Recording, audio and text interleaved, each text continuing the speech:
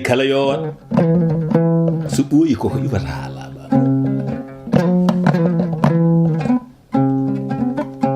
Binta arɗo tan Fatim Boubou moƴƴo ɓi arɗo Samba Oumahani ñakalema Diallo Elimane Seydi Kane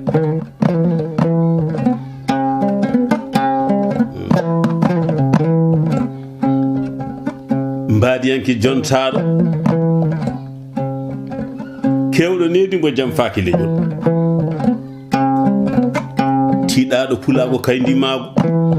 teddinɗo kala ɓi jayen naajo jinnoɗo ɓamtare jayen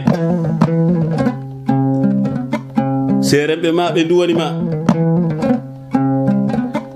waliyaɓe Fuuta fof ndendi duwanima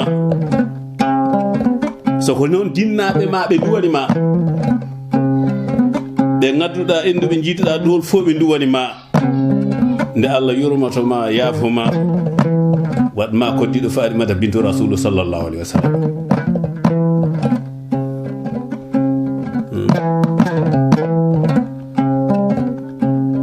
jaaɗo mbo haastaka golluɗo ko tiiɗi e dow wertago leydi he heddima e haalande nde wonno aduna ko golla tan ko ɗum woni ko haalte duniya ko duuɗo tan kama data mbo dañi kala yowat so ɓooyi koko iwata ha laaɓa de min ñaguima Allah taala tedduɗo towɗo nde o yurmotoma o yaafoma o nannuma aljanna o waɗma koddiɗo Farimata bintu Rasul sallallahu alaihi wa sallam mbo dañi kala yowat